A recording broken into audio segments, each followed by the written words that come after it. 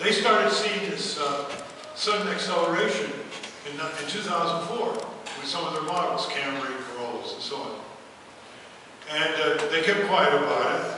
Some police reports showed bizarre accidents occurring that couldn't be attributed to driver error.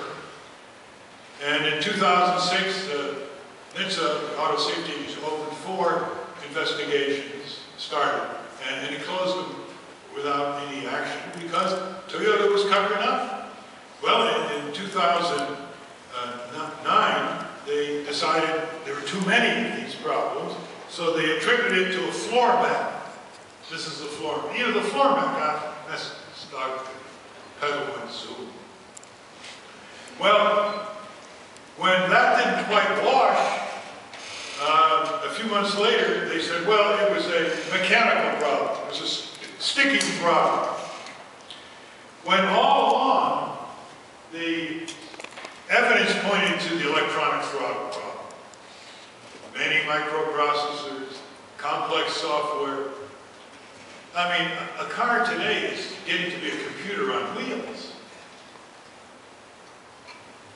And now, it's blown sky high, Toyota sales are plunging. The president of Toyota, never before in history, tomorrow will testify before a House committee. I don't envy him. So, how could this have happened year after year if there were engineers in the company who were willing to assert their knowledge? Because they're the ones who really knew about it. They may have been so scared of the higher-ups, they might even have told them. Again, you see the responsibility is an engineering. Now, back in 1966, I dug this up. I did a speech at Howard University before the Society of Engineering, one of the engineering societies. And if you're interested in following it up, because not that much has changed, it's in the Engineering Education Journal, February 1967, so it's probably online. Engineering Education is the name of the journal, February 1967. But its title is Engineers' Professional Role, Universities, Corporations, and Professional Societies, which I've already talked about. So here, if it isn't part of your courses, why don't you have an extracurricular series of discussions among you and your faculty about some of these things. What is our role in our engineering societies? How can we appeal to the ethical standards of the societies to help us be more candid in our job and more professional in our job? How can we get these corporations to recognize that they have to accord us a degree of independence? Otherwise, we're plumbers. We're not engineers. One of the characteristics of a profession is it has a degree of independence from the commercial imperative, because it has a higher mission, like prevention. Its mission isn't just to decrease sales, it's to prevent problems from occurring. I want to read you just a paragraph from this article. The automobile industry has not displayed concern over the state of affairs at university engineering departments. Namely, that there were no courses, no degrees on automotive engineering safety, and there was not even, unlike Europe, there was no PhD in automotive engineering in any university in the country.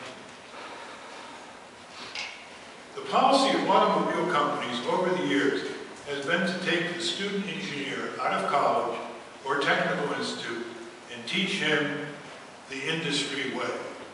That's in quotes. That's right out of a GM publication. They didn't want student engineers to learn about human factors, safety, the difference between the auto and the showroom, and what automobiles could be like in terms of operational safety, emission control, and crash-worthy safety. This is a process, the industry way, of acculturation to the corporate status quo that is to be expected from a management policy that has relegated the engineering function to a state of conditioned response. Quite basically, the issue here can be reviewed on two levels. The degree to which engineers feel free to dissent, innovate, and advocate innovation through open channels of communication to top management in the company. And be naysayers to ruthless cost analysts, whimsical stylists, and remote executives in a genuine attempt to improve the overall corporate performance. Just think, if General Motors listened to its engineers, you think it would have gone bankrupt? You think it would have gone from half of the market to 20% of the market? You think its bonds would have become rated junk bonds? You think it would have had to be bailed out by you, the taxpayer? I mean, they had 22,000 engineers and scientists in GM. But the top brass were financial types, cost accountants. And they didn't listen year after year after year.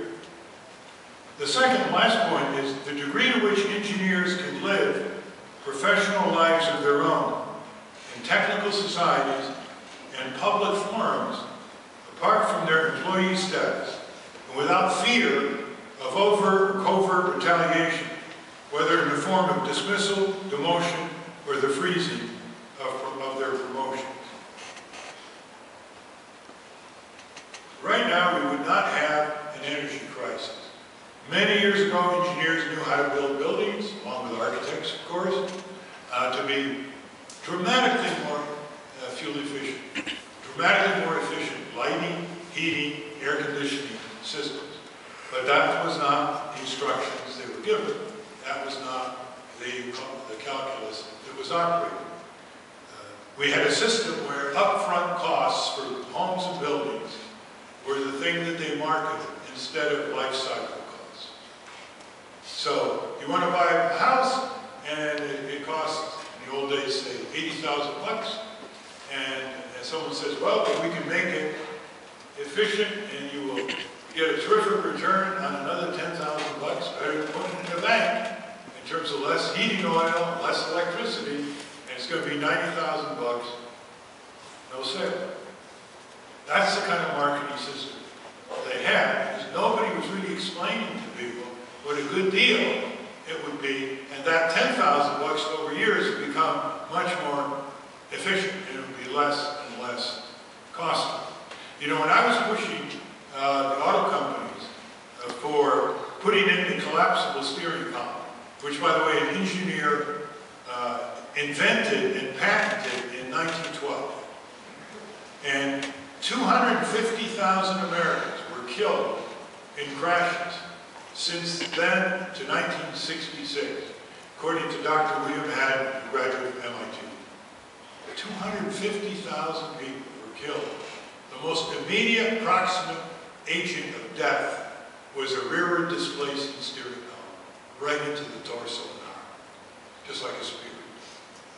And in 1912, the invention was a collapsible steering column. So if you had a left front collision, your body would collapse the steering column and dissipate the G-forces. Just think of it, if they had listened to the engineers. Now, how much would that have cost? Well, if you've got 30 years of cars with Spear steering columns, and you have to convert on the production line, obviously it would cost something to convert to a new model of steering column. But then what? After you made the initial conversion, it's just the same materials in different configurations. It's not like a collapsible steering column is made of rubies. So right away, it's amortized down, so it really doesn't cost any more at all. And it saves lives. It saves hospital expenses, funeral expenses, family anguish. I'll never forget, I was testifying once for the Senate Congress